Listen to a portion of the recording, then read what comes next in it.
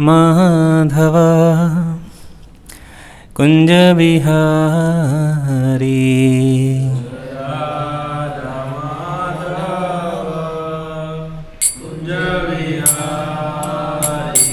जय राधा माधव कुंज बिहारी।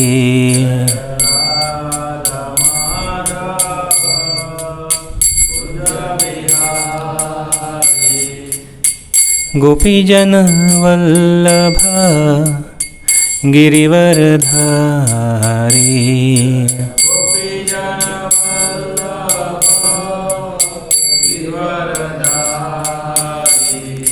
गोपीजन वल्लभ गिरिवरधारी।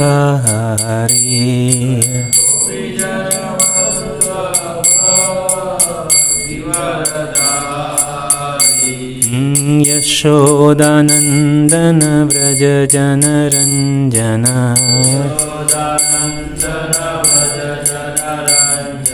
यशोदानंदन व्रज जनरंजन।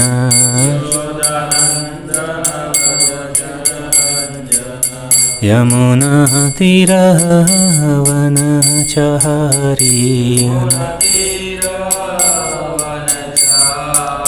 यमुना तीरवनचारी।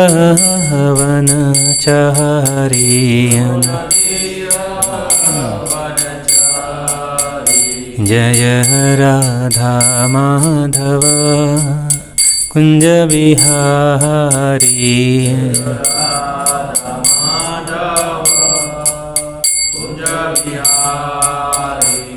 हरे कृष्णा कृष्णा कृष्ण हरे हरे। हरे राम राम राम हरे हरे।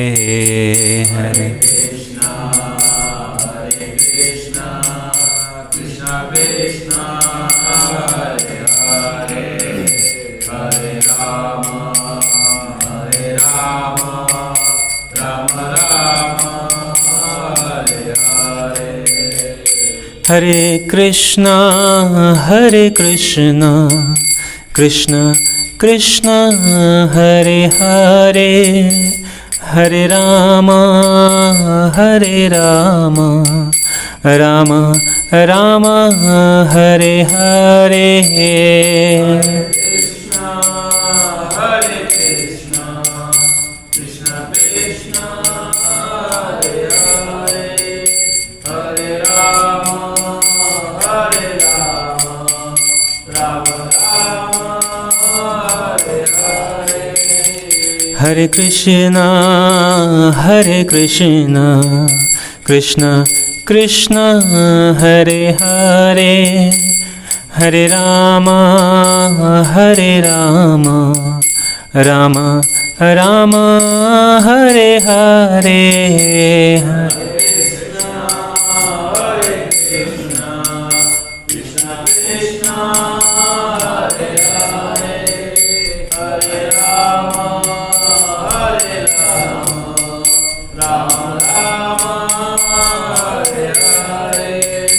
हरे कृष्णा कृष्ण कृष्ण हरे हरे। हरे Ram Ram Ram Hare Hare.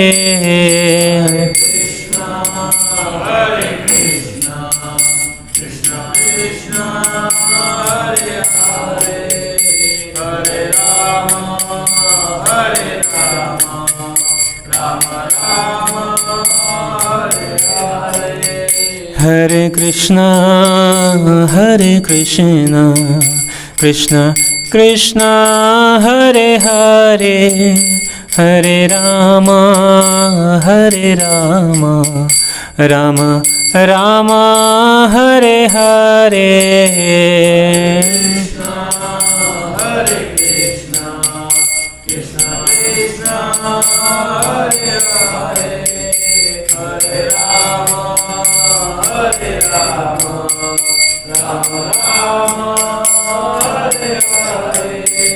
Hare Krishna, Hare Krishna, Krishna Krishna, Hare Hare, Hare Rama, Hare Rama, Rama Rama, Hare Hare, Hare Krishna, Hare Krishna, Krishna Krishna, Hare Hare, Hare Rama, Hare Rama, Rama Rama, Hare Hare. Hare Krishna, Hare Krishna, Krishna Krishna, Hare Hare, Hare Rama, Hare Rama, Rama Rama, Hare Hare, Hare Krishna, Hare Krishna, Krishna Krishna, Hare Hare, Hare Rama, Hare Rama, Rama Rama, Hare Hare. Jaya Radha Giridhari, Radha Giridhari Radhe. Jaya Radha Giridhari, Radha Giridhari Radhe. Jaya Gauranitaye, Gauranitaye, Gauranitaye, Jaya Gauranitaye.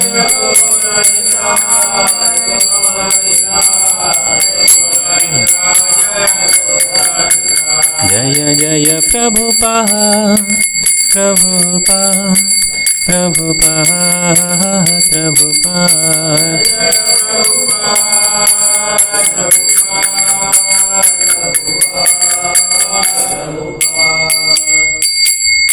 जय जय श्री श्री राधा गिरधारी भगवान की जय, श्री श्री गौरताय भगवान की जय, जगतगुरु श्रील प्रभुपाद की जय, ताई गौर प्रेमानंदे।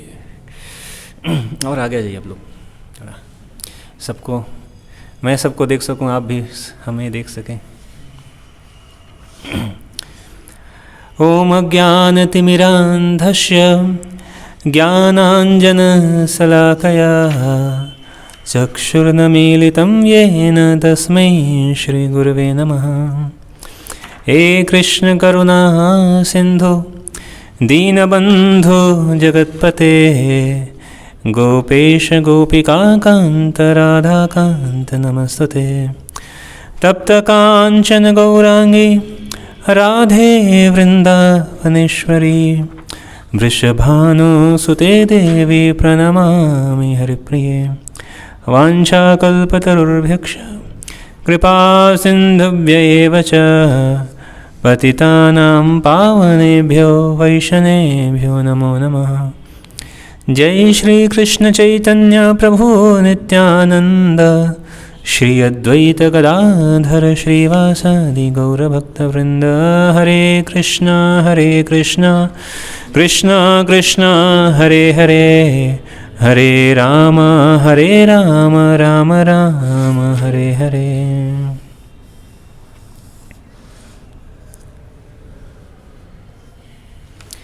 हरे कृष्णा। तो आप सभी का बहुत स्वागत है और आशा करते हैं आपका ये जो वीक है वो अच्छा गुजरा होगा। This week is good for health and also you have studied very well. अच्छा पढ़ाई किया होगा। कुछ लोगों के एग्ज़ाम भी थे, चल रहे थे। होप आपके एग्ज़ाम अच्छे गए हों। तो पिछली बार हम चर्चा कर रहे थे श्रीमद् भगवद गीता में पहले अध्याय का पहला श्लोक। तो ऐसे भगवद गीता में 700 श्लोक हैं, तो हम कुछ ऐसे, तो भगवद गीता का हर एक श्लोक ही महत्वपूर्ण है। हम ऐसा नहीं कह सकते कि ये श्लोक महत्वपूर्ण है और ये श्लोक महत्वपूर्ण नहीं है। हर एक श्लोक। तो फिर भी हम कुछ चुनिंदा कुछ श्लोकों को लेकर हम उस पर चर्चा करेंगे। तो अभी तक हमने चर्चा किया था कि पहला श्लोक और धृतराष्ट्र जो है वह पूछते हैं, किससे पूछते हैं? संजय से। तो जो संजय से पूछते हैं कि मेरे पुत्र और पांडु के पुत्र जो युद्ध की इच्छा से एकत्रित हुए हैं युद्ध भूमि, उन्होंने क्या किया?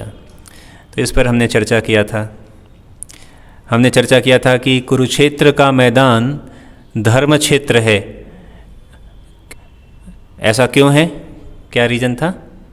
कोई बताएगा? कोई रीज़न? हाँ, वहाँ एक रीज़न था कि वहाँ पे भगवान स्वयं उपस्थित थे। और कोई रीज़न? हाँ, पहले से भी ऐतिहासिक दृष्टि से वो वहाँ पे अनेकों तीर्थ जो है धार्मिक कार्य हुआ करते थे। और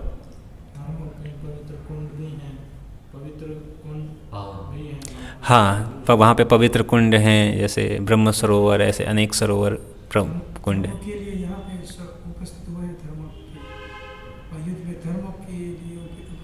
हाँ, यदा यदा, ऐसे इसी भगवद गीता में आगे भगवान बताएंगे, यदा यदा हि धर्मस्य ग्लानिर्भवति भारत। और भगवान के साथ साथ वहाँ पर भक्त भी उपस्थित थे। तो भक्त भी जहाँ उपस्थित हैं वो भी ऐसे युधिष्ठिर धर्मराज हैं, वो धर्मराज युधिष्ठिर, तो सारे भक्त भी वहाँ पे उपस्थित हैं।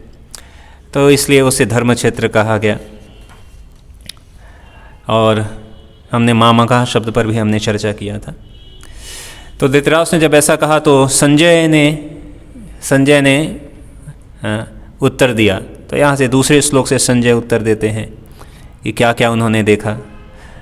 तो संजय कहते हैं कि हे राजन, यहाँ पे पांडु के जो पुत्र हैं यानी पांडव, उनके द्वारा बहुत अच्छी से चक्र भी रचना की गई है। और वहाँ पे दुर्योधन भी हैं कौरव के पक्ष में। और दुर्योधन आता है और अपने गुरु द्रोणाचार्य के पास जाकर दुर्योधन भी कहता है। तो वहाँ पर पांडव के पक्ष में क्या हुआ कि युधिष्ठिर महाराज, अभी आगे ऐसा वर्णन आएगा युधिष्ठिर महाराज का। तो उससे पहले दुर्योधन जो है, यहाँ कहते हैं पश्येतां पांडुपुत्राणाम आचार्य महति चमुम व्यूढ़ाम द्रुपदपुत्रेण तव शिष्येण धीमता। तो दुर्योधन आगे कहता है, हे आचार्य, पांडुपुत्रों की विशाल सेना को देखे, जिसे आपके बुद्धिमान शिष्य द्रुपद के पुत्र ने इतने कौशल से व्यवस्थित किया है। तो जो दुर्योधन था, he was very very clever, very very good politician, कूटनीतिज्ञ कहते हैं। एक राजनीतिज्ञ हो गया होता है, एक कूटनीतिज्ञ। तो कूटनीति बहुत कूटनीति था। तो वो क्या कह रहे हैं, किसको कह रहे हैं? द्रोणाचार्य को कह रहे हैं कि देखो द्रुपद के पुत्र। तो द्रुपद के पुत्र कौन है पता है आपको? धृष्टद्युम्न। और धृष्टद्युम्न कौन है? पांडवों के सेनापति हैं। पांडवों के सेनापति धृष्टद्युम्न हैं। तो वो कहते हैं कि देखो पांडवों ने भी बहुत अच्छा अपना सेना सजाया हुआ है, और इसको किसने सजाया है? द्रुपद के पुत्र धृष्टद्युम्न ने सजाया है। तो दुर्योधन आके सीधे कह सकता था कि देखो देखो आचार्य, पांडवों की सेना को धृष्टद्युम्न ने बहुत अच्छी तरह से सजाया है। लेकिन उसने क्या कहा कि द्रुपद के पुत्र ने सजाया। तो ऐसा कहकर कहते हैं ना, कई बार वो क्या कहते हैं, व्यंग मारते हैं ना ऐसा दुर्योधन किसको? द्रोणाचार्य जी को व्यंग कह रहे हैं। उसके पीछे का रीजन क्या है? तो देखो यहाँ तात्पर्य हम पढ़ेंगे तो उसमें बताते हैं। परम राजनीतिज्ञ दुर्योधन महान ब्राह्मण सेनापति द्रोणाचार्य के दोषों को इंगित करना चाहता था। क्या दोष था?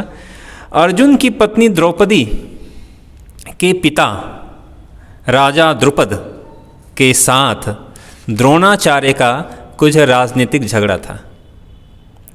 तो जो द्रुपद का झगड़ा था द्रोणाचार्य से, तो इसीलिए हम देखते हैं कि, और इसके लिए द्रुपद ने इसके पीछे की एक छोटी सी कहानी है। एक्चुअली जो द्रुपद थे और द्रोणाचार्य थे, वो दोनों एक ही गुरुकुल में पढ़ा करते थे। जैसे कृष्ण सुदामा एक गुरुकुल में पढ़ा करते थे और दोनों मित्र थे, वैसे ही द्रुपद और द्रोणाचार्य। तो द्रोणाचार्य ब्राह्मण थे और द्रुपद क्षत्रिय थे।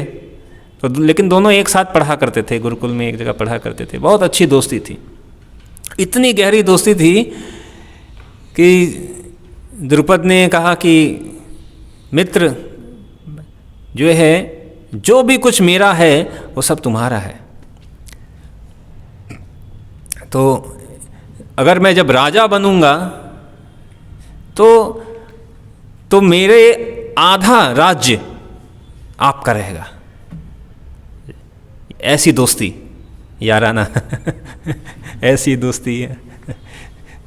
तेरा गम मेरा गम, तेरी हार मेरी हार तो ऐसा उन्होंने कुछ गाना गाया होगा उस समय और उन्होंने कहा कि अब तुम्हारी हार मेरी हार और मेरी जीत तुम्हारी जीत, इसलिए जब राजा बनूंगा जब, तो मेरा आधा राज्य 50-50 हम पार्टनरशिप कर लेंगे।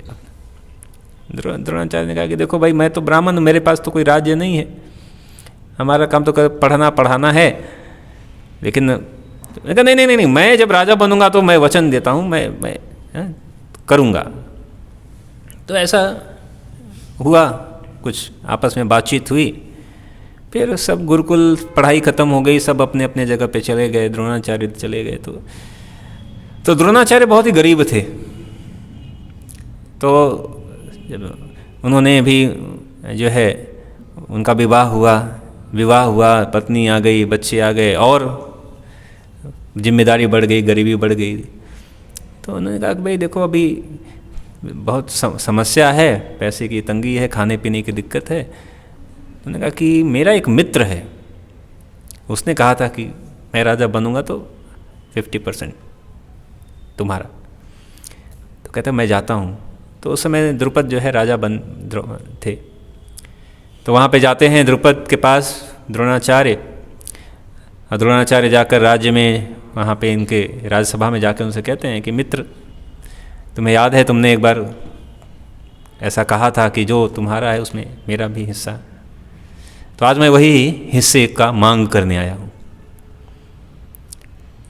तो जो द्रुपद ने कहा कि भाई कौन हो तुम ये है, वो तो मतलब हंसी मजाक में जो बालपन में जो बात कही गई है, मतलब उसको तो बहुत सीरियस ले लिया तुम तो ऐसा थोड़ी होता है। तो उसमें मैंने कहा इतना सीरियस नहीं लेना चाहिए। अगर तुम राजे, तुम कुछ भिक्षा चाहिए तो बोलो, तुम ब्राह्मण हो, तुमको कुछ भिक्षा तो दे देंगे। द्रोणाचार्य कह मैं, तुमने कहा था 50%, इसलिए मैं भिक्षा नहीं, मैं तो अपना हिस्सा मांगने आया हूँ, पार्टनरशिप था हमारा, अब तुम कह रहे हो भिक्षा। तो द्रुपद ने द्रोणाचार्य को बहुत अपमानित किया पूरे राज्यसभा में, और अपमानित करके उनको, ऐसा अपमान पाकर द्रोणाचार्य निकल गए बाहर। तो द्रोणाचार्य जब बाहर निकल गए, तब से उनमें ऐसी शत्रुता आ गई। पहले मित्र थे, फिर शत्रु हो गए। तो द्रोणाचार्य जो है, उन्होंने क्या किया फिर, तो उस वैसे तब से शत्रुता है। तो द्रोणाचार्य ने क्या किया, कही कि भाई बदला तो लेना है, ईंट का जवाब पत्थर लूँगा मैं। तो द्रोणाचार्य करते करते आए और फिर इधर आकर कुरु वंश के बन गए गुरु, और उन्होंने सारे सबको पढ़ाया, अच्छी तरह पाठ पढ़ाया, बहुत विद्या थी इनके पास। उन्होंने सारे शिष्यों को ट्रेंड किया, सबकी शिक्षा पूरी हुई। तो उन्होंने कहा कि भाई पहले क्या होता था कि गुरुजी फ्री में पढ़ाते थे, और जब शिक्षा पूरी हो जाती थी तो शिष्य कहते थे कि अभी आप गुरु दक्षिणा के रूप में आप क्या चाहते हैं, आप बताइए। तो गुरु क्या करता था, शिष्य के जो है सामर्थ्य के आधार पर वो दक्षिणा मांगता था।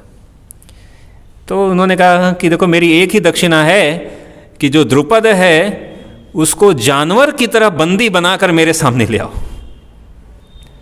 ऐसा उन्होंने कहा। तो उन्होंने कहा, दुर्योधन का हाँ ठीक है, मैं बना के मैं, तो दुर्योधन गया बंदी बनाने, लेकिन द्रुपद कोई सामान्य नहीं था, वो भी उसने हरा दिया, दुर्योधन को हरा दिया। दुर्योधन, दुशासन, सारे कौरवों को सबको हरा दिया। तो फिर पांडव पक्ष की बारी आई, तो उन्होंने पांडव पक्ष, उन्होंने भी उनसे भी यही कहा कि आप जो है अगर गुरु दक्षिणा देना है तो द्रुपद को जो है बैल की तरह बंदी बना कर लेकर आओ मेरे सामने। तो अर्जुन जाते हैं और द्रुपद को हराते हैं, परास्त करते हैं, और जब एक बार परास्त कर दिया मतलब हार गए, तो उसका पूरा राज्य जिसने जीता उसका हो गया। और फिर लाकर जो है द्रोणाचार्य के सामने रखते हैं उसको बंदी बनाकर। और फिर द्रोणाचार्य वे कहते हैं कि ठीक है, अब बताओ। ठीक है, पहले मैं पार्टनरशिप की बात बोल रहा था, मान लिए होते, अभी पूरा का पूरा मेरा हो गया, अब बताओ। तो तब फिर द्रोणाचार्य ने हालांकि उनको कहा कि अब मैं तुम्हें जो है वापस 50% जो है 50% रखूँगा, 50% तुमको वापस मैं देता हूँ भिक्षा में तुम मुझे भिक्षा दे, मैं तुम्हें भिक्षा देता हूँ। ऐसा कह के फिर द्रुपद को छोड़ देते हैं द्रोणाचार्य। तो लेकिन तो द्रुपद जो है बहुत क्षत्रिय था, वो भी बहुत गुस्सा हो गया। उसने कहा द्रोणाचार्य ने मेरा अपमान किया, तो उसने एक बहुत बड़ा यज्ञ किया, एक महान यज्ञ किया। और उस यज्ञ से उसने एक पुत्र प्राप्त किया। और उस यज्ञ का उद्देश्य क्या था कि इस यज्ञ से मैं एक ऐसा पुत्र प्राप्त करूंगा जो कि द्रोणाचार्य को मारेगा। और वही पुत्र है धृष्टद्युम्न। तो और उसी यज्ञ से एक कन्या भी निकली थी जिसका नाम था द्रौपदी। तो द्रौपदी से अर्जुन का विवाह हुआ और धृष्टद्युम्न जो है पांडवों का सेनापति बना। तो ये सब कहानी है पीछे की। तो वो कह रहा है कि देखो देखो द्रुपद के पुत्र जो धृष्टद्युम्न है, तो वो याद दिला रहा है द्रोणाचार्य को कि देखो अगर आपने द्रुपद को उसी समय मार दिया होता तो फिर कहानी खत्म हो जाती। आपने उसको छोड़ा भी और आपका शत्रु है, और उस शत्रु ने, अच्छा इसके पीछे एक और कहानी क्या है कि द्रुपद ने जो पुत्र जो है यज्ञ से पुत्र उत्पन्न धृष्टद्युम्न, और उस धृष्टद्युम्न को भेजा शिक्षा लेने के लिए किसके पास? द्रोणाचार्य के पास भेजा कि जाओ उनसे जो है शिक्षा लो। भाई उनको अगर मारना है तो सारा कला वाला सीख के आओ। तो द्रोणाचार्य को पता था कि ये धृष्टद्युम्न की उत्पत्ति इसीलिए की गई है मेरे वध के लिए, लेकिन चूंकि उनका कर्तव्य था शिक्षा देना, इसीलिए उन्होंने धृष्टद्युम्न को भी शिक्षा दिया। यानी धृष्टद्युम्न के गुरु भी द्रोणाचार्य ही थे। तो दुर्योधन को इस बात का जो है क्रोध था कि देखो आपने उसको इतना सिखाया और अब वह आपके ही खिलाफ सेनापति बनकर खड़ा हुआ है। तो इसीलिए जो है दुर्योधन ऐसा जो है एक टोन मार रहा है द्रोणाचार्य को। तो इस प्रकार फिर दुर्योधन बताता है कि भाई कौन कौन युद्ध में कौन खड़े हैं। अच्छा, दुर्योधन को भी डाउट था, संदेह तो था थोड़ा, इसीलिए वो खुद को पढ़ाने के लिए वो बता रहा है कि देखो हमारे पांडवों की सेना में कौन है? भीम है, बहुत शक्तिशाली है भीम। अर्जुन है, बहुत बड़े बड़े योद्धा हैं। युयुधान, विराट, द्रुपद, ये सब बहुत बड़े बड़े योद्धा हैं, लेकिन हमारे पास कम नहीं है। हमारे पास कौन है? तो कहता है कि देखिए हमारे पास जो है और बड़े बड़े महारथी हैं, स्वयं आप द्रोणाचार्य आप हैं। तो द्रोणाचार्य को थोड़ा ऐसा कि देखो हम उनकी बड़ाई करते हैं ऐसा। तो द्रोणाचार्य कह रहे हैं आप हैं, कर्ण हैं, स्वयं भीष्म पितामह हैं, और वास्तविक रूप में ये बहुत बड़े योद्धा थे। कहते हैं द्रोणाचार्य के हाथ में जब तक शस्त्र है पूरी पृथ्वी पर ऐसा कोई व्यक्ति नहीं था जो उनको परास्त कर सके, जब तक उनके हाथ में शस्त्र है। इतने बड़े स्वयं में गुरु थे। भीष्म पितामह, जिनको कहते हैं कि भीष्म पितामह एक ऐसे व्यक्ति थे कि स्वयं महादेव यानी शिवजी जो है भी उनसे युद्ध, शिवजी से भी वो युद्ध कर सकते थे। ऐसे बड़े शक्तिशाली थे।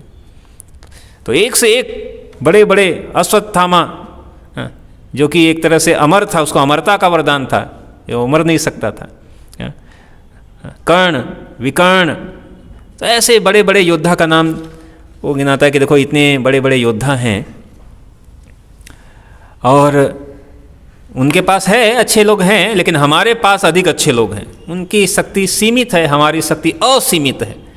ये सारी चीज़ें बताता है। और फिर कहता है कि आप देखो भीष्म पितामह जो है ना वो थोड़ा बूढ़े हो गए हैं, तो इसीलिए हमें क्या करना है, उनको सहयोग देना है भीष्म पितामह को।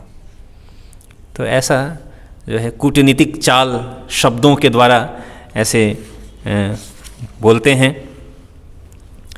और इसके बाद जो है युद्ध का प्रारंभ होने के लिए, प्रारंभ के समय पहले क्या करते थे, शंख बजाते थे।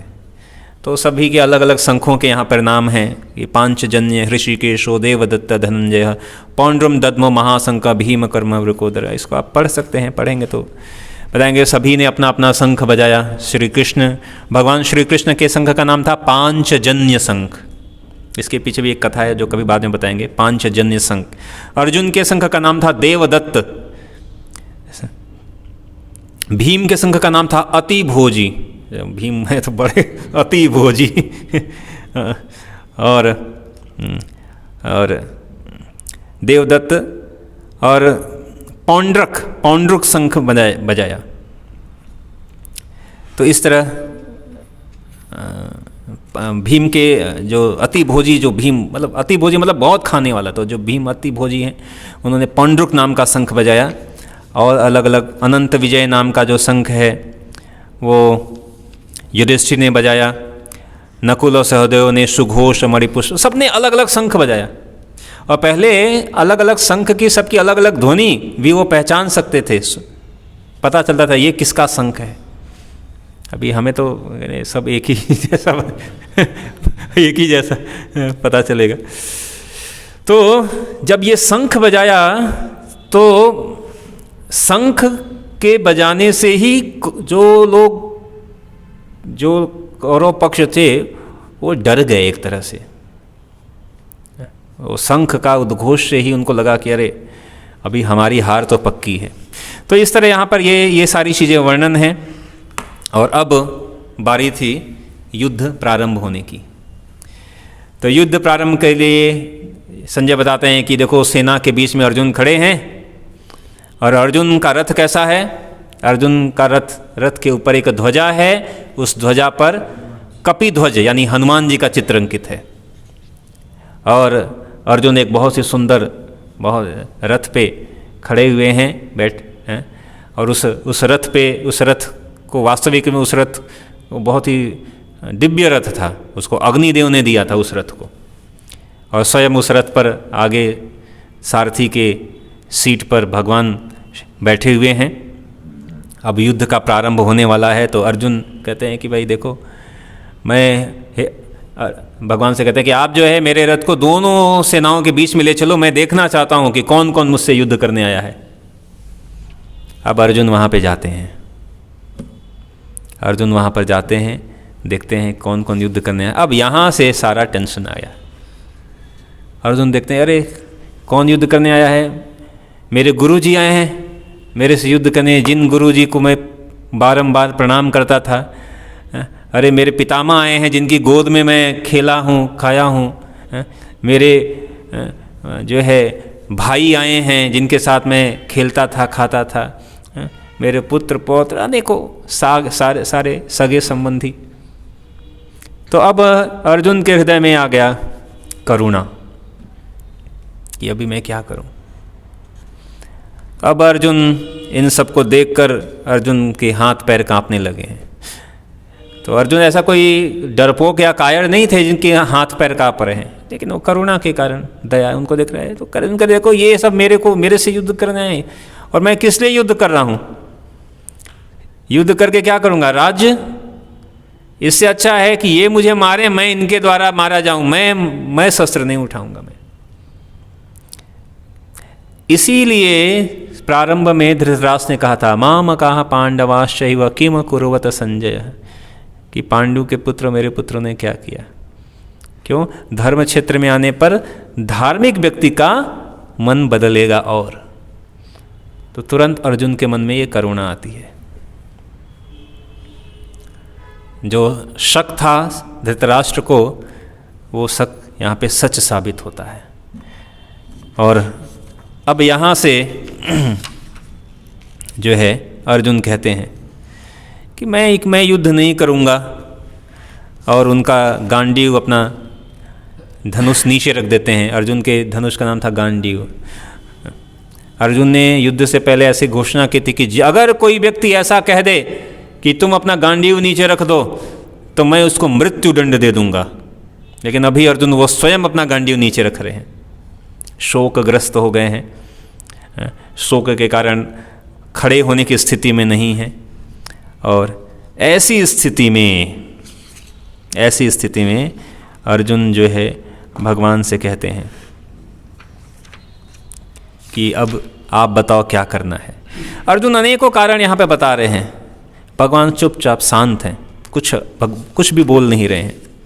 अनेकों कारण बता रहे हैं कि देखो अगर सब मर जाएंगे, सारे पुरुष मर जाएंगे तो केवल स्त्रियाँ रहेंगी, फिर केवल स्त्रियाँ रहेंगी तो उनको ऊपर कोई आक्रमण कर सकता है, उनको कोई ज़बरदस्ती कर सकता है, फिर जो है वर्ण संकर संतान होंगे, फिर सारी धार्मिक रीति सभी मर जाएंगे तो कौन किसका पिंड दान कौन करेगा, कुल समाप्त हो जाएगा। ऐसे अनेकों कारण देते हैं और चुपचाप भगवान वहाँ पे अभी कुछ बोल नहीं रहे।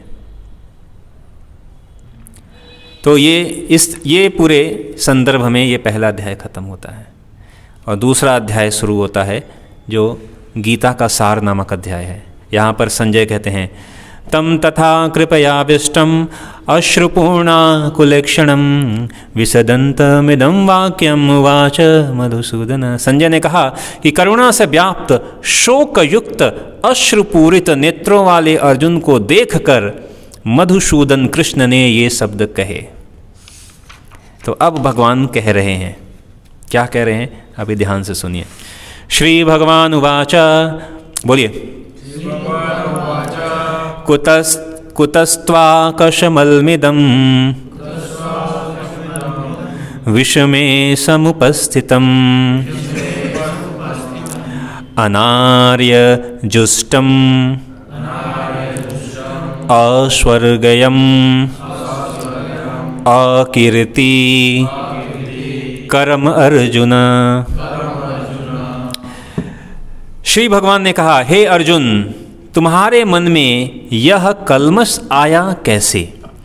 यह उस मनुष्य के लिए तनिक भी अनुकूल नहीं है जो जीवन के मूल्यों को जानता हो।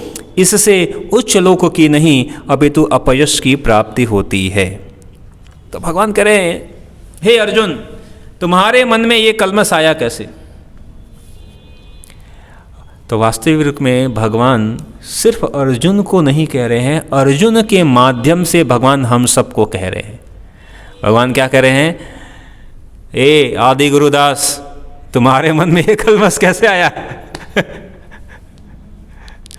इसका मतलब ये है, अगर भगवान हमसे कह रहे हैं कि तुम्हारे मन में ये कल्मष कैसे आया, इसका मतलब है कि हमारे मन में कल्मष है, तभी तो पूछ रहे हैं तुम्हारे मन में ये कल्मष कैसे आया।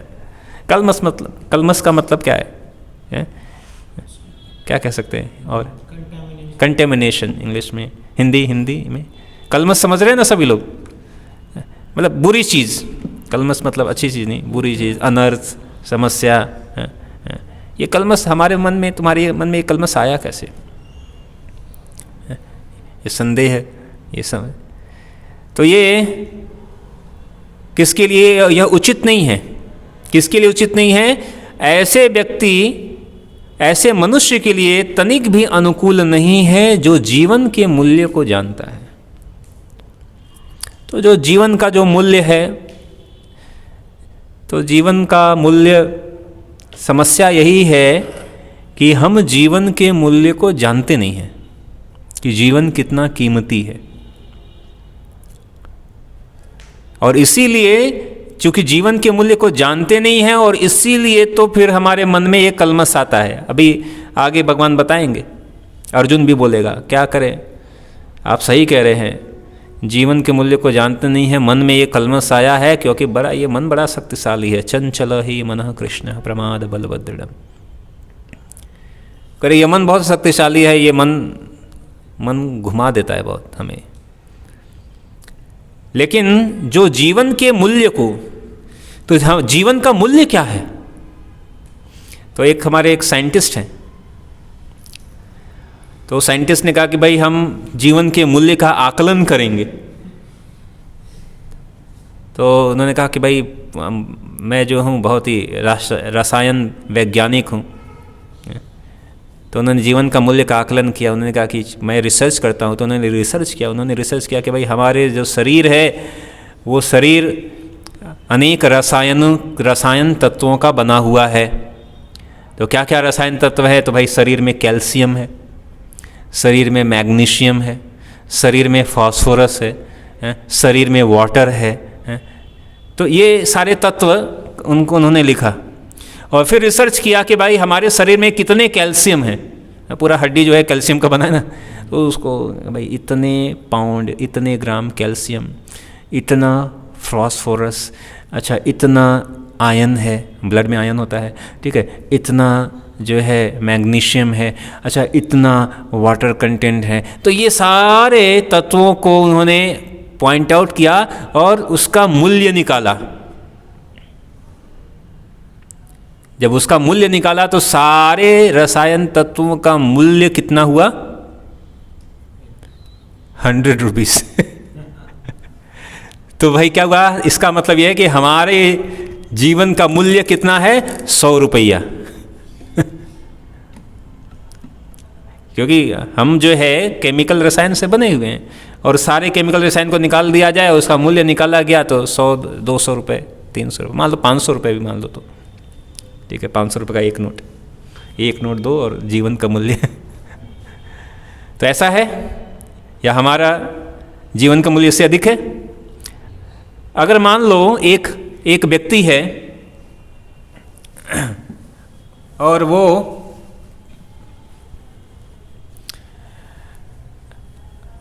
आजकल रेंजर बाइक आती है, रेंजर बाइक जो पहाड़ों पर भी चढ़ जाती है, बाइसिकल रेंजर T35C, वो पहाड़ पर भी वो ऐसे ऐसे खुद चढ़ा लेते हैं पहाड़ पर भी। अगर आप उसको ख़रीदोगे तो करीब इस समय 10,000 15,000 से प्रारंभ है उसका, और 25 35 और लैक्स भी जाता है जो तो अगर मान लो 50,000 का आपने रेंजर T35C बाइक लिया और उससे जा रहे हैं, एक्सीडेंट हो गया, ठीक है, एक्सीडेंट हो गया, तो किसको बचाएंगे? सबसे पहले आप जाएंगे किसको बचाएंगे? कहेंगे ओह मेरे रेंजर 35,000 रेंजर। या आपने अभी नया पल्सर क्या बुलेट कौन सा नया लिया है, 1,20,000, 1.5 लाख का लिया, एकदम ग्रैंड बढ़िया, उससे जा रहे हैं, अगर एक्सीडेंट हो गया तो। या अगर मान लीजिए कि कोई कहेगा कि नहीं मैं जो है ऑडी से जा रहा है, कितना दाम होता है ऑडी का?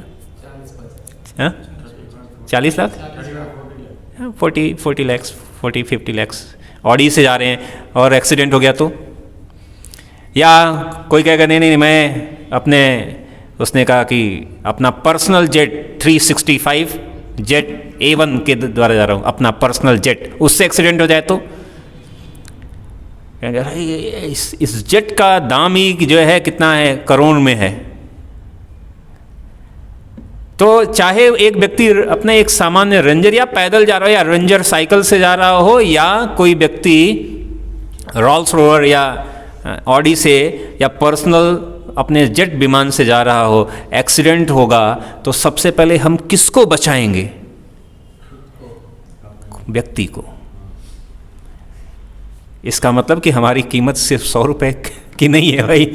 अदरवाइज अगर पैसे से देखा जाएगा तो हम कहेंगे अरे जेट विमान को बचाओ, पहले ऑडी को देखो कुछ ना हो जाए, अंदर वाला तो 100 रुपये की कीमत का है।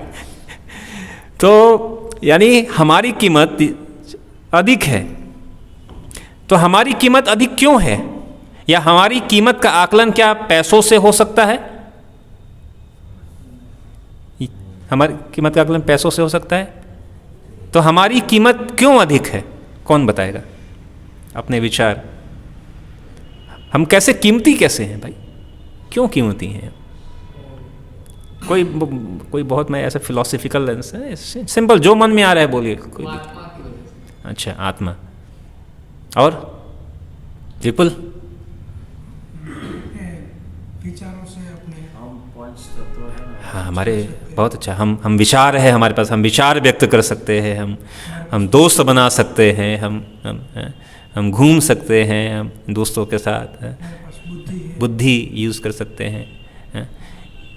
और कुछ तो है ना जो को हमें कीमती बनाता है, हमें कि हम कीमती, हम मतलब आप सब, हम सभी हम कीमती हैं, कीमती।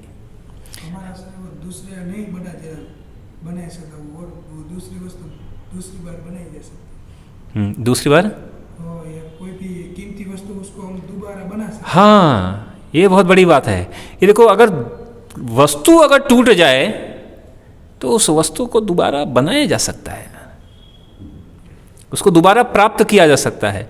लेकिन अगर व्यक्ति टूट जाए, मतलब टूट फूट कर चला जाए ऊपर, उसको दोबारा हम नहीं प्राप्त कर सकते। एक जनरल कॉन्सेप्ट है कि वो व्यक्ति तो गया, इसलिए व्यक्ति, वस्तु तो है, पैसा जाएगा, आएगा जाएगा, पैसा तो आ जाएगा, लेकिन व्यक्ति नहीं आएगा दोबारा, वो संबंध नहीं आएगा, वो संबंध, वो प्रेम, वो व्यक्ति का है, वो भावना, वो है। तो हम सब कीमती हैं, यानी इसका मतलब है कि हमारा जीवन का मूल्य है, काफ़ी है, मतलब पैसे और इससे तक ही सीमित नहीं है। ठीक है, अभी कितना है वो हम और आगे देखेंगे। जीवन का मूल्य इन सब से भी बहुत अधिक है, अनलिमिटेड कितना है। फिलहाल यहाँ पे कह रहे हैं कि जो जीवन के मूल्य को जानता है उसके लिए यह बात ठीक नहीं है। क्या ठीक नहीं है? कि मन में कलमश आना। अगर ऐसा व्यक्ति जिसके मन में समस्या आ जाए, मन में गंदगी आ जाए, तो उसको कोई भी अच्छी जगह नहीं मिलेगी। न तो इस जगह पर उसको यश की प्राप्ति नहीं होगी, उसको अपयश ही रहेगा।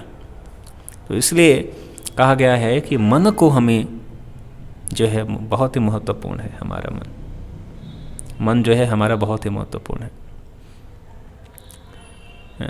मन के हारे हार है और मन के जीते जीत, ऐसा बोलते हैं। मन जो है हमारा, this mind is a best enemy and this mind is the best friend also. Depend है कि हम इसको मित्र बनाए हैं या ये हमारा शत्रु है। अच्छा, माइंड हमारा शत्रु कब हो सकता है? जब मन जो है मनकी बन जाए। जब हम कहते हैं, देखिए कि भाई मन जब हमारा मनमानी करना शुरू कर दे, हम कहेंगे हम केवल अपने मन की करेंगे, तो कहते हैं जो केवल अपने मन की करता है उसको मंकी कहते हैं। वो मंकी की तरह दौड़ता रहता है, कभी इधर कभी उधर। हम केवल अपने मन की करेंगे। अब हम मन की नहीं कर सकते हमेशा। आप सड़क पे जाओ, कहेगा कि हम अपने मन की करेंगे, हम कहेंगे कीप राइट, नहीं हम लेफ्ट चलाएंगे, मन की करेंगे। अभी तुम मन की करोगे तो कोई ठोक के जाएगा। ठीक है, हम कॉलेज में जाएंगे, हम कहेंगे हम अपने मन की करेंगे, तो नहीं कर सकते भाई। ऑफिस में जाओगे, हम कहेंगे अपने मन की करेंगे, हर जगह नहीं। There are some rules and regulation you have to follow. आप ये नहीं कह सकते कि हम अपने मन की करेंगे। तो ऐसा कोई जगह नहीं है जहां पे हम कहें कि हम केवल अपने मन की करेंगे। लेकिन विशेष रूप से जब हम किसी आध्यात्मिक कार्य में आते हैं तो वहां कहते हैं नहीं भाई, हम तो केवल अपने मन की करेंगे। ऑफिस में मन की नहीं कर सकते, जॉब में मन की नहीं कर सकते, यहां तक कि अपने घर में भी मन की नहीं कर सकते। अपने घर में भी मन की नहीं कर सकते, कहीं भी अपने मन की नहीं कर सकते। लेकिन जब किसी आध्यात्मिक कार्य या बात की होती है तो उसमें हम क्या कहते हैं कि भाई मेरे मन के अनुसार मेरा तो ये मानना है भाई। अब भाई आपका क्या मानना है? आपका मानना यानी आपके मन की। तो कभी भी हम ये नहीं कहते कि मेरे मन की, या मैं कभी ये नहीं कहूँगा कि भाई मेरे अनुसार। हम क्या कहेंगे कि इस भगवत गीता के अनुसार, शास्त्र के अनुसार हम बात करेंगे, अपने मन की अनुसार नहीं करेंगे। क्यों? क्योंकि हमारा मन क्या है? कलमश वाला है। हमारा मन हमारे बस में नहीं है। हमारा जो मन है वो कंटेमिनेटेड है, समस्याओं से युक्त है। उसमें कई ढेर सारे वायरस आ चुके हैं। तो पहले एंटी वायरस चलाएंगे और जब जाकर स्कैनिंग कंप्लीट हो जाएगी, ठीक है, डिटेक्शन कंप्लीट हो जाएगा, वायरस हटा देंगे, उसके बाद मन पर हम थोड़ा जब प्यूरिफाई हो जाएगा तब हम मन की कर सकते हैं थोड़ा। तो यहाँ पर अर्जुन ने जो है, भगवान ने ऐसा कहा कि देखो तुम्हारे मन में ये सही नहीं है। और फिर भगवान क्या कहते हैं, क्लैब्यम मास्मागमः पार्थ पार्थ नैनत्वपद्यते क्षुद्र हृदय दौर्बल्यम त्यक्तोत्तिष्ठ परम तप। हे पृथा पुत्र, अर्जुन का नाम है पृथा पुत्र। पृथा कुंती महारानी का नाम है और पृथा के पुत्र यानी अर्जुन। तो अर्जुन को पृथा पुत्र भगवान कह रहे। अच्छा देखिए, अलग अलग इस भगवत गीता में अलग अलग जगहों पे अर्जुन भी भगवान को अलग अलग नामों से पुकारता है। भगवान भी अर्जुन को अलग अलग नामों से अलग अलग जगहों पर पुकारते हैं। तो उनके नाम लेने में भी युक्ति है। तो अभी जो है यहाँ पर भगवान अर्जुन को क्या करें, पृथा के पुत्र, हे पृथा के पुत्र। तो क्यों पृथा के पुत्र कह रहे हैं, तो इसके अंदर बताया गया है कि अर्जुन को पृथा के पुत्र के रूप में संबोधित किया गया है। क्यों? क्योंकि पृथा यानी श्री कृष्ण के पिता वसुदेव की बहन थी, अतः श्री कृष्ण के साथ अर्जुन का रक्त का संबंध था। ठीक है, यदि क्षत्रिय पुत्र लड़ने से मना करता है तो वह नाम का क्षत्रिय है। तो ये बात एक पहले जो ऐसी व्यवस्था थी कि भाई ब्राह्मण क्षत्रिय वैश्य शूद्र, तो फिर कई लोग ऐसा कहते हैं कि भाई ये तो जाति प्रथा ये सब है, ब्राह्मण क्षत्रिय वैश्य शूद्र ये जाति नहीं, ये कोई जाति प्रथा नहीं है। अगर हम इसको इंग्लिश में ऐसे बोल दें, इंग्लिश में कह दें कि एक समुदाय क्या है, आर्मी का, यस।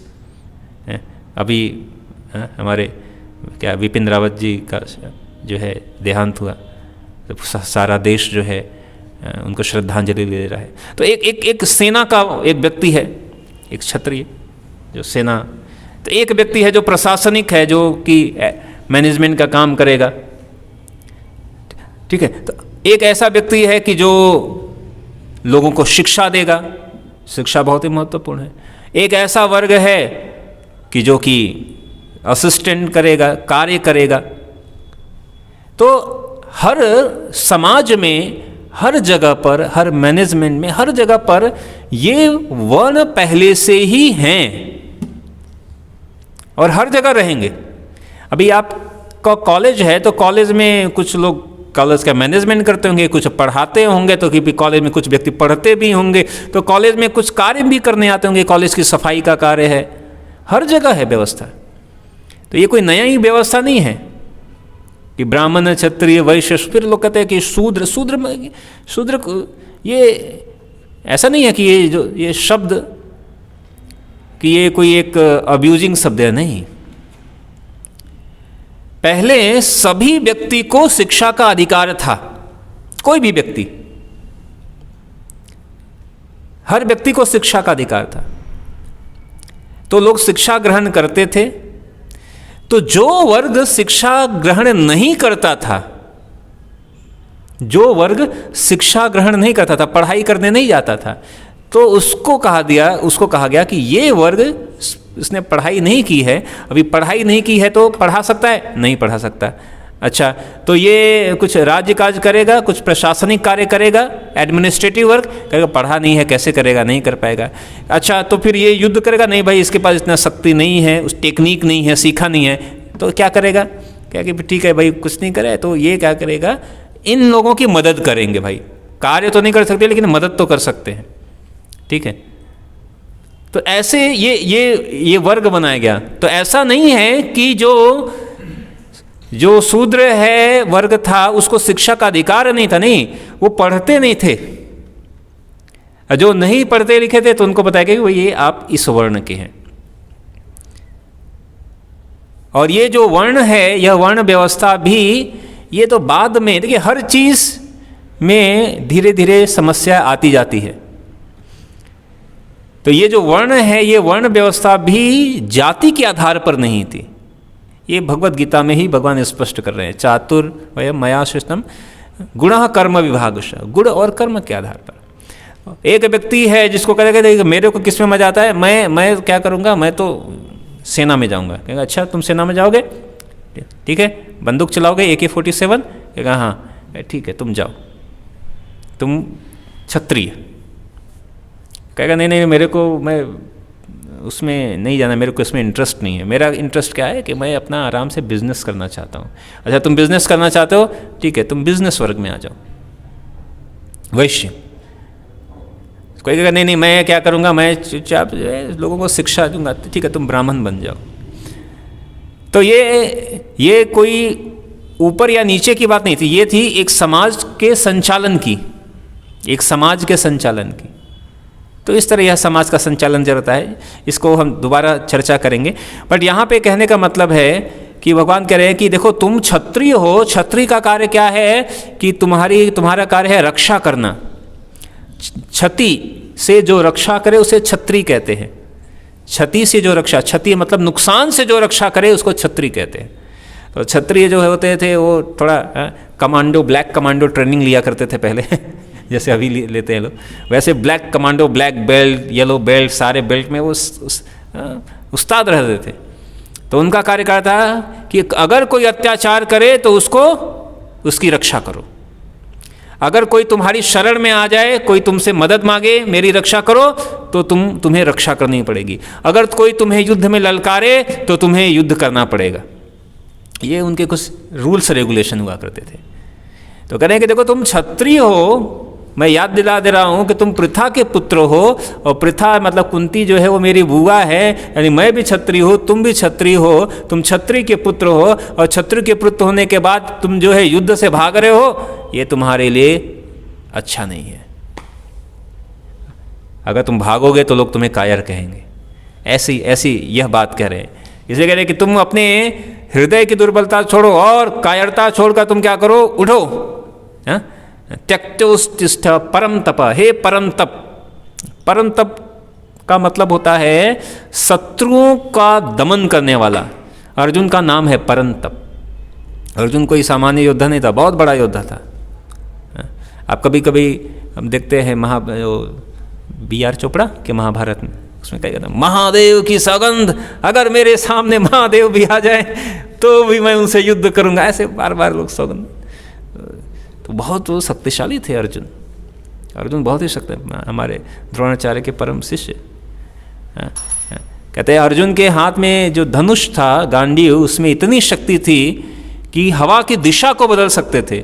अभी हमारे लिए पॉसिबल नहीं है कोई एक तीर छोड़े और हवा की दिशा। अभी जैसे बड़े बड़े मिसाइल्स होते हैं वैसे उसे एक एक मंत्रोच्चारित जो है तीर चलाते थे, ब्रह्मास्त्र और अग्नास्त्र अलग अलग उस तरह के। तो उससे इतनी शक्तिशाली थे कि वो हवा की दिशा बदल दें या पानी की धारा की दिशा बदल, ऐसे बड़े शक्तिशाली थे अर्जुन। तो कहते हैं कि देखो तुम क्षत्रिय हो, और क्षत्रिय के बाद अगर युद्ध से भागोगे तो लोग तुम्हें कायर समझेंगे, लेकिन तुम इतने बड़े योद्धा हो तो क्यों भाग रहे हो। तो जो है अब यहाँ पर एक बात आती है, अहिंसा परमो धर्म। गांधी जी ने सिखाया कि भाई अहिंसा परम धर्म है। तो इसलिए आपको जो है वो करें कि देखो मैं हिंसा नहीं करना चाहता हूँ। तो अब यहाँ पर ये अहिंसा का बात कह रहे हैं, और फिर अर्जुन करें कि नहीं देखो सिर्फ यही बात नहीं है, क्या है कि हे मधुसूदन, सामने भीष्म पितामह है कैसे मारूं? आपको शोभा देता है क्या? आप अपने गुरु जी के ऊपर हाथ उठा सकते हो क्या? मैं सामने द्रोणाचार्य खड़े हैं, उनके ऊपर कैसे बाण चलाऊं? हाँ, मेरे पितामह मेरे दादाजी खड़े हैं, उन पे कैसे हाथ उठाऊं मैं? उन पर अगर वो मेरे ऊपर, यहाँ तक कि वो मुझे मार दें, ये एक कि जो बड़े अगर हमें कभी कुछ कह भी दें, बड़े अगर हमको थप्पड़ ही मार दें, तो हमें बड़ों के ऊपर हमें उनका उल्टा जवाब नहीं देना है। ये एक परिपाटी है, ये एक नैतिकता है, ये आचरण की नैतिकता है। तो कह रहे कि अभी आपने ही ये सब सिखाया है और अब आप कह रहे हो कि उनसे ही युद्ध करो, तो ये सही नहीं है। गुरु न हत्वा, सामने गुरु जी खड़े हैं, उनसे कैसे युद्ध करूं? इस तरह अनेकों तर्क दे रहे हैं। अब यहाँ पे तर्क दे रहे हैं, अनेकों तर्क दिए, भगवान अधिक कुछ कह नहीं रहे हैं, शांत हैं चुपचाप। क्यों भगवान अभी तक शांत क्यों है? क्योंकि अर्जुन अभी तक भगवान से जो भी कुछ तर्क वितर्क कर रहे हैं वो क्या कैसे कर रहे हैं कि अर्जुन क्या है, भगवान क्या है, वो मेरे मित्र हैं, मित्र के रूप में, मित्र के रूप में वो चर्चा कर रहे हैं कि देखो मैं कैसे मारूं, ये करूं वो करूं। लेकिन अब अनेकों तर्क देने के बाद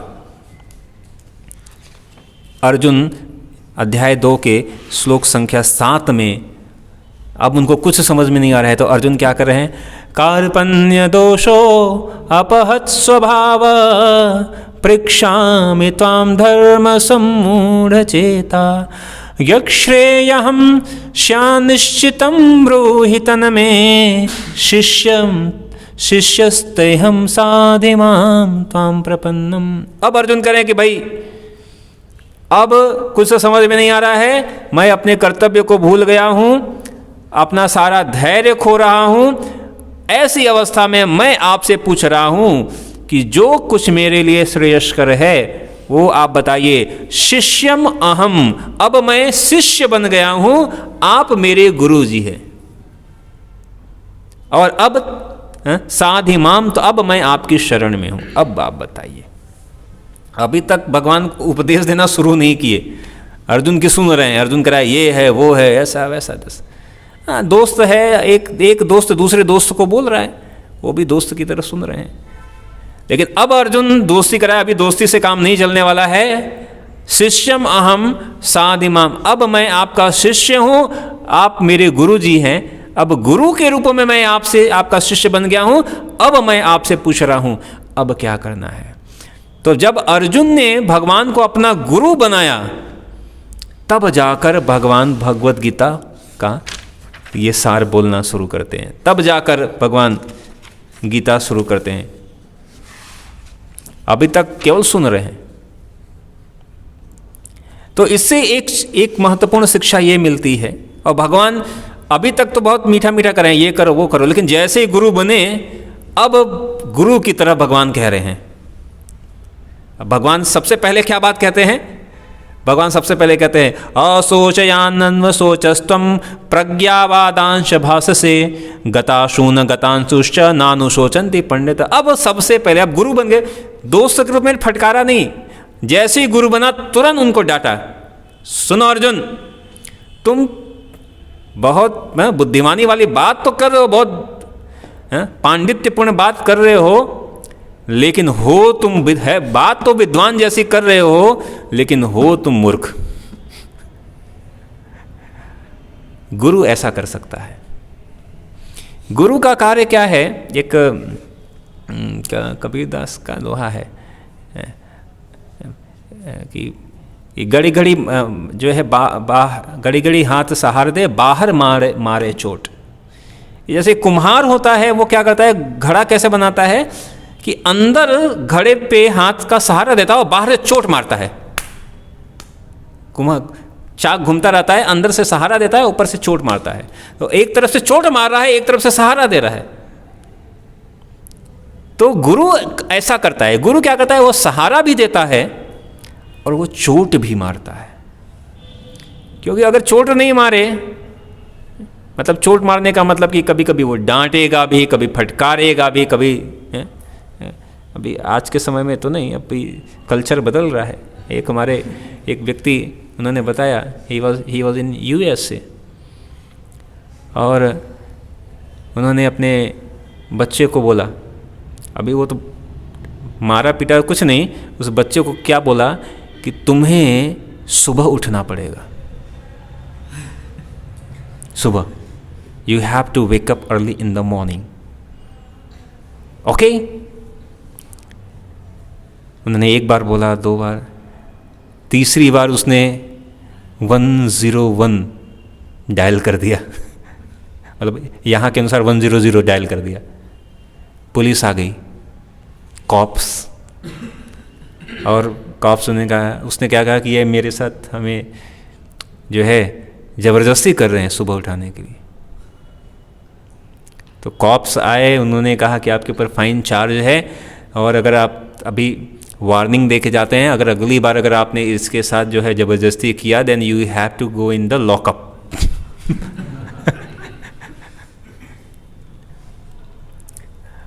और अगर ये बात इंडिया में होती तो ले धनाधन ले तो ऊपर से नीचे तक तो फिर हम लोग ऐसे ऐसे करते हैं अभी इंडिया। लेकिन ये धीरे धीरे स्थिति ऐसी आ रही है कि अब ऐसे कानून ऐसा, इवन अब स्कूल्स कॉलेज में, कॉलेज तो ठीक है बड़े के पर नहीं, अब स्कूल्स में भी अब ऐसे है कि टीचर बच्चे को मार नहीं सकते हैं, ऐसा हो गया है। ठीक है, पिता अपने बच्चे को डांट नहीं सकते हैं। अभी क्या है कि अभी एक पिता अपने बच्चे को डांट दे तो दूसरे दिन वो इंस्टाग्राम पे रील बना के डाल देगा या तो फिर जो है सुसाइड कर ले। तो पिता भी, माता पिता डर रहे हैं, अरे बच्चे को डांटे न डांटे क्या करेंगे। लेकिन पहले ऐसा नहीं था। तो क्योंकि दोनों चीज़ें ज़रूरी है ना, तो प्रेम भी ज़रूरी है, तो फिर कई बार फटकार भी ज़रूरी है। अगर केवल अगर प्रेम अगर मिलता जाए तो भी बच्चा बिगड़ जाएगा, अगर केवल फटकार मिलती रहे तो भी बच्चा बिगड़ जाएगा। ठीक है, हमारे साथ ऐसा ही है, अगर केवल प्रेम मिले तो भी खराब और केवल फटकार मिले तो भी खराब। दोनों का सामंजस्य होना चाहिए। कभी प्रेम जहाँ सही है वहाँ पे प्रेम, और जहाँ गलत है वहाँ पे फटकार, तब जाकर दोनों चीज़ें समझ में आती हैं।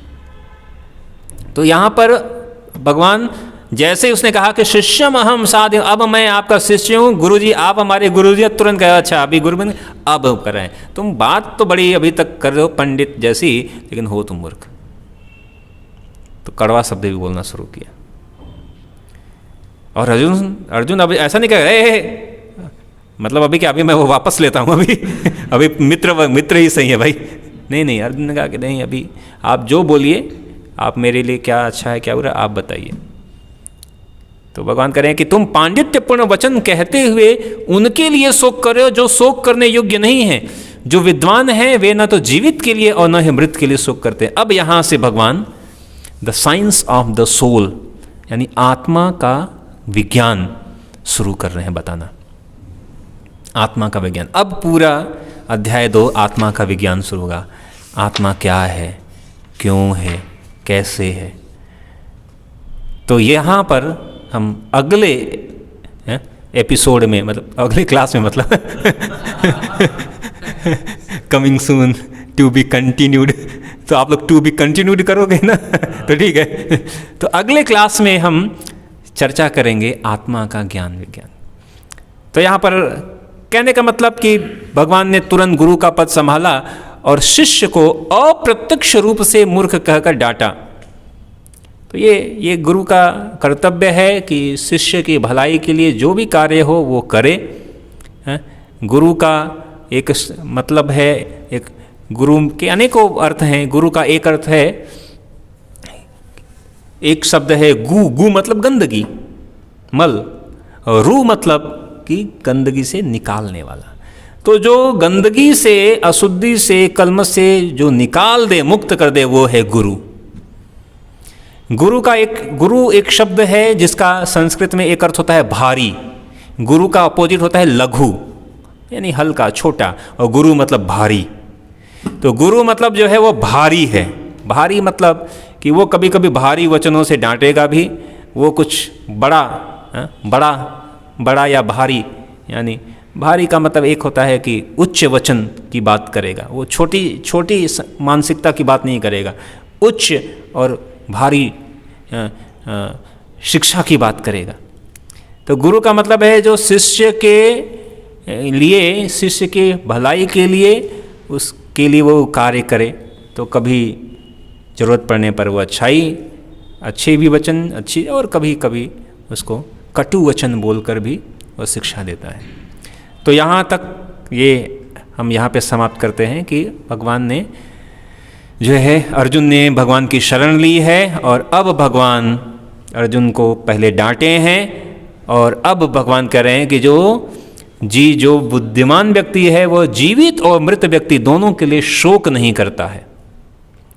तो अब अर्जुन मन में सोचा क्यों शोक नहीं करता है, तो अब भगवान आत्मा का ज्ञान शुरू करेंगे, साइंस ऑफ द सोल, जो कि अगले हम कक्षा में चर्चा करेंगे कि आत्मा है क्या, आत्मा का ज्ञान क्या है, क्यों एक विद्वान व्यक्ति जीवित और मृत के लिए शोक नहीं करता है।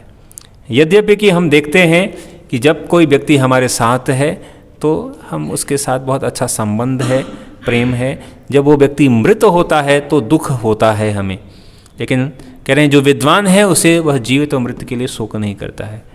तो ये इसका कॉन्सेप्ट क्या है, ये अगले बाद हम चर्चा करेंगे। हरे कृष्ण। किसी का कोई प्रश्न है तो प्रश्न ले सकते हैं, कोई कमेंट है, कुछ पॉइंट्स कहना जो चाहते हैं।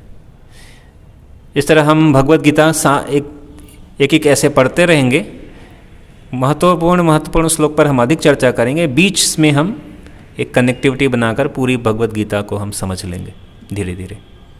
2-3 महीने में पूरी भगवत का समाप्त हो जाएगी। और बीच में आत्मा का जो विज्ञान है, इसके लिए हम अभी आत्मा का जो विज्ञान है इसके लिए हम एक सेमिनार लेंगे। मतलब आत्मा के विज्ञान को समझने के लिए हम पावर पॉइंट का इस्तेमाल करेंगे, ठीक है। तो उसके लिए एक कोर्स है DYS, डिस्कवर योरसेल्फ। तो उसके कुछ पॉइंट्स हम आपको प्रेजेंटेशन के माध्यम से हम दिखाएंगे अगली बार। DYS, discover yourself. और फिर वो समाप्त होने के बाद फिर से इसको कंटिन्यू करेंगे। ये आत्मा का यानी अध्याय 2 को हम पावर पॉइंट के माध्यम से समझेंगे, ठीक है। किसी का कोई प्रश्न? हाँ, आपने बोला कि शिक्षण सभी के लिए समान था उस समय, बोला था। तो मेरा मानना ये है कि शिक्षा उस समय वर्ण के आधार पर दिया जाता है, यानी कि जाति के आधार पर। जब कर्ण गुरु द्रोणाचार्य के पास गए थे तब उनसे उनका कुल पूछा गया। हाँ, तो मैं समझ गया आपका प्रश्न। अपमान किया गया था। फिर वो भगवान परशुराम के पास गए, तब भी उनको जाति और वर्ण पूछा गया था। तो उन्होंने झूठ का सहारा लिया, बोला कि मैं ब्राह्मण हूँ, तब जाके उनको। हाँ, मैं समझ गया आपका प्रश्न। मैं जब ये बोल रहा था तो मैं अपेक्षा कर रहा था कि कोई न कोई व्यक्ति कर्ण के बारे में प्रश्न करेंगे जब मैं ये बात कह रहा था। तो पहली बात यह समझने की है कि कई चीज़ें जो हमें पता नहीं है शास्त्र के बारे में, क्योंकि आप एक व्यक्ति देखिए, एक ऐसा व्यक्ति जिसको यह बात पता है कि ये व्यक्ति मेरे पास आया है मेरे को मारने के लिए, ऐसे व्यक्ति को भी शिक्षा देने के लिए तैयार होने वाला व्यक्ति कितना नियम परायण और कितना प्रिंसिपल सेंटर्ड व्यक्ति होना चाहिए, ये मानते हैं? अगर कोई इतना सैद्धांतिक रूप में है कि भाई आप मेरे पास शिक्षा लेने आए हो, आप ठीक है, आप हो सकता है इसी शिक्षा से मुझे मारे, लेकिन मेरा कर्तव्य है तुम्हें शिक्षा देना, जबकि सामने वाला व्यक्ति उसको मारने के लिए भी आया है तो भी शिक्षा देने के लिए तैयार, यानी इसका मतलब कि he was very very principle man.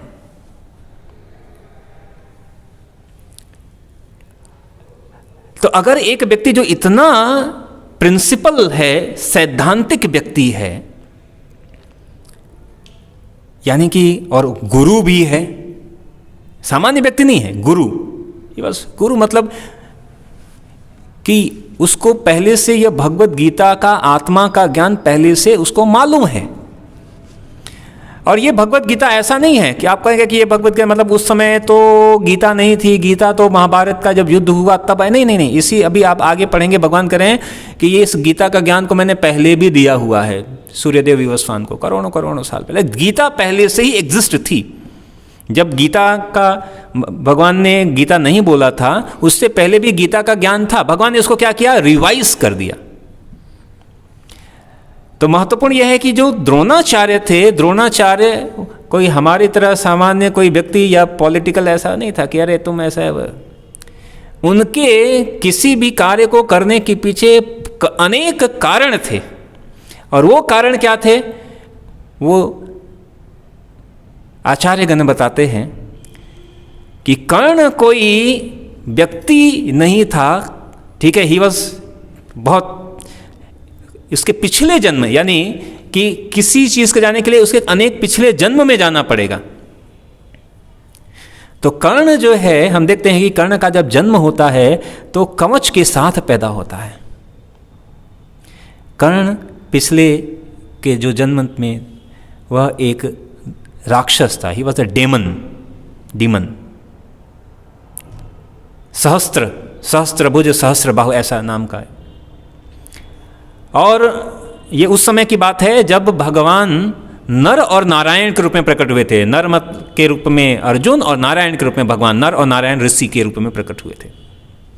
और वो इतना अत्याचारी था, वो जो दानव था इतना अत्याचारी था और हर जगह बहुत एकदम त्राही मचा दिया था। तो अब इसका विकल्प क्या है? और उसने वरदान क्या प्राप्त किया था कि अगर कोई मुझे मारेगा तो जो मुझे मारेगा उसकी मृत्यु हो जाएगी। अब को मारेगा कौन? एक तो उसको मारना आसान नहीं था, अगर कोई समहाउ उधर उसको कोई मार दे तो जो सामने मारेगा उसकी मृत्यु।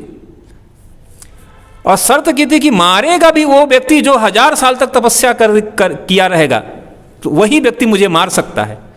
पहले बात 1000 ईयर तक तपस्या करेगा ऐसा व्यक्ति मुझे मार सकता है, और जो मारेगा तो मारने के बाद भी उसकी मृत्यु, शरीर के टुकड़े होकर मृत्यु हो जाएगी।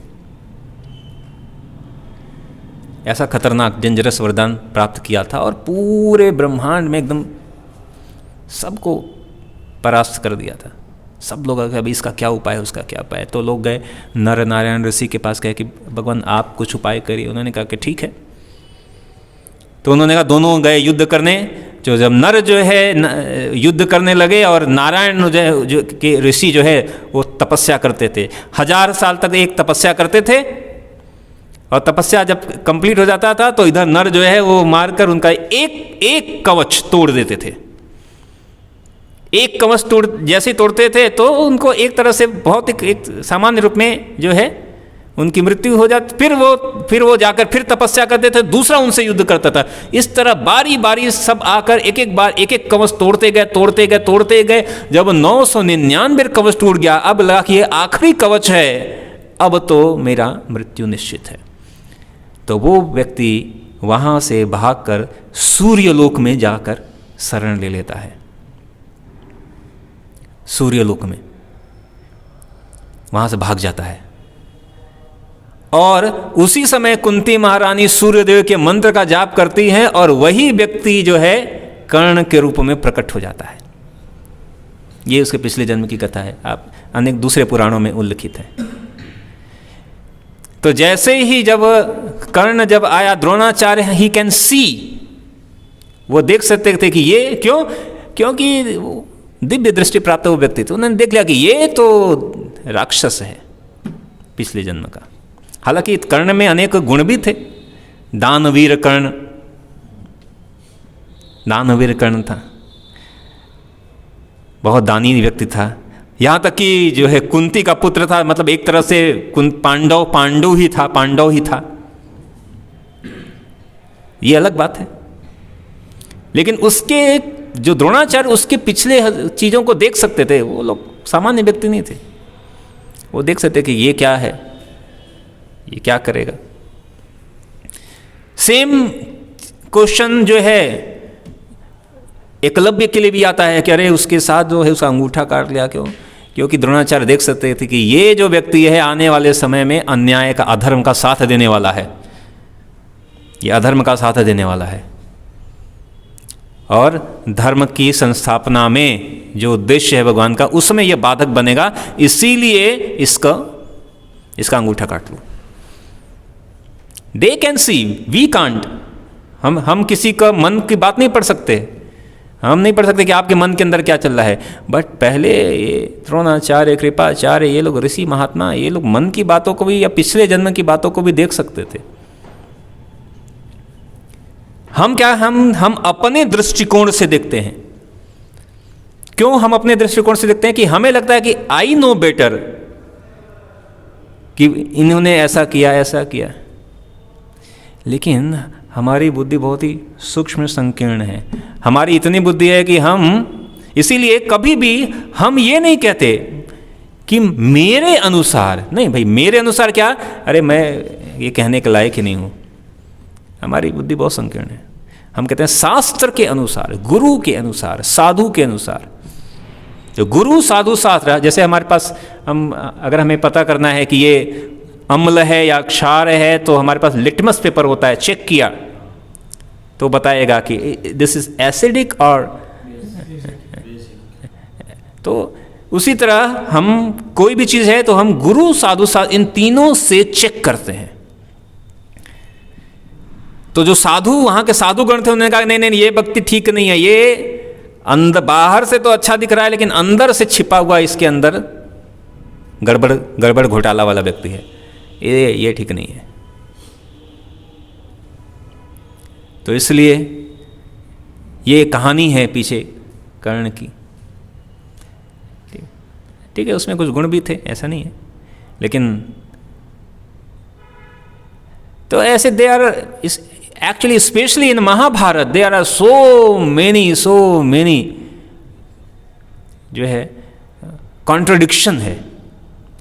ऐसा क्यों किया भैया, मेरे अनुसार, अरे भाई मेरे अनुसार छोड़ो, पहले आप देखो महान स्वयं भगवान खड़े हैं। तो कई बार हमें लगता है कि I know better than God, ऐसी मेरी भी मेंटालिटी थी, ऐसा नहीं है, कई बार हमें भी लगता है I know better than God, I know, या मेरे को अधिक पता है। लेकिन जैसे जैसे हम शास्त्रों को पढ़ते हैं, पहली बात कि अभी हमने पढ़ा भी नहीं है, हमें जाना भी नहीं, तो जैसे जैसे हमें पढ़ेंगे तो हमें पता चलेगा कि कर्ण क्यों ऐसा किया, कर्ण के साथ ऐसा क्यों हुआ, भगवान ने ऐसा क्यों किया, भगवान ने झूठ बोल दिया, भगवान ने क्यों किया। ये हम जब इसको जानेंगे तब हमें समझ में आएगा कि ये क्यों है। अब अगर कोई व्यक्ति आपके सामने अच्छा सा, कहते हैं ना मुख में राम बगल में छुरी, ऐसा कोई व्यक्ति बन के आ जाए, कोई व्यक्ति आके आपके पास कहे बहुत अच्छा, और पीछे से आपको मारने के लिए तैयार है, और आप अगर ये जान जाएं कि अरे ये व्यक्ति हमें मारने वाला है, तो आप क्या करोगे? वही कार्य द्रोणाचार्य ने कहा कि देखो मेरे को मारने वाला है चलेगा, लेकिन धर्म की स्थापना यदा यदा ही धर्मस्य ग्लानिर्भवति भारत, जिसके लिए भगवान का स्थापन हो रहा है, जिसके लिए संपूर्ण, अगर उसके लिए मेरे को मारे तो चलेगा, लेकिन बाकी के धार्मिक लोगों के लिए, भक्तों के लिए अगर ये संकट का कारण बने, इसको मैं शिक्षा नहीं दूंगा। मैं उसको शिक्षा देने के लिए तैयार हूं जो मुझे मार दे, चलेगा, लेकिन मैं उसको शिक्षा कदापि नहीं दूंगा जो कि भक्तों के लिए, जो सज्जनों के लिए खतरा बन जाए। ये इसे कहते हैं principle centred person. The Dronacharya he was the principle centred person, he was not an ordinary person like anybody कि अरे ठीक है जातिवाद। उनको भगवद गीता का ज्ञान था, उनको पता था, इनके यह बात पता था कि जो है चातुर्वर्ण्य मया सृष्टम गुणः कर्म विभागशः। और ऐसे अनेकों, इसके अंदर भी महाभारत में भी अनेकों ऐसे जगह है। क्यों? क्योंकि स्वयं द्रोणाचार्य ही है ब्राह्मण, लेकिन शस्त्र और शास्त्र दोनों की विद्या दे रहे हैं। शास्त्र की विद्या तो ब्राह्मण देता है, लेकिन शस्त्र की विद्या तो क्षत्रिय देता है। अगर कहें कि भाई अगर जाति के अनुसार हो तो वो तो फिर शस्त्र विद्या तो उनको देना ही नहीं चाहिए था। महाभारत के युद्ध में तो उन्हें लड़ना ही नहीं चाहिए था। कहते कि मैं तो ब्राह्मण हूँ भाई, मेरा यज्ञ याजन पठन पाठन मेरा काम है, मैं क्यों लड़ाई करूं। लेकिन गुण कर्म विभागशः, गुण और कर्म के अनुसार, तो जिनका स्वयं का जीवन गुण कर्म के अनुसार है, क्षत्रिय होते हुए भी युद्ध में पारंगत और युद्ध विद्या में कुशल और महाभारत में युद्ध भी कर रहे हैं, तो वह ब्राह्मण और क्षत्रिय दोनों के गुण उनमें थे। तो जो गुण कर्म विभाग के अनुसार स्वयं का जीवन व्यापन कर रहे हैं, तो वो किसी दूसरे व्यक्ति के लिए जाति प्रथा का संशोधन नहीं करेंगे। उसके पीछे कारण ये था। ऐसे अनेकों कारण हैं। आप प्रश्न जैसे जैसे आप प्रश्न पूछते जाएंगे, मैं आपको कारण अनेकों कारण बताऊँ। कुछ चीज़ें समय के साथ और मैं बताते चलूँगा।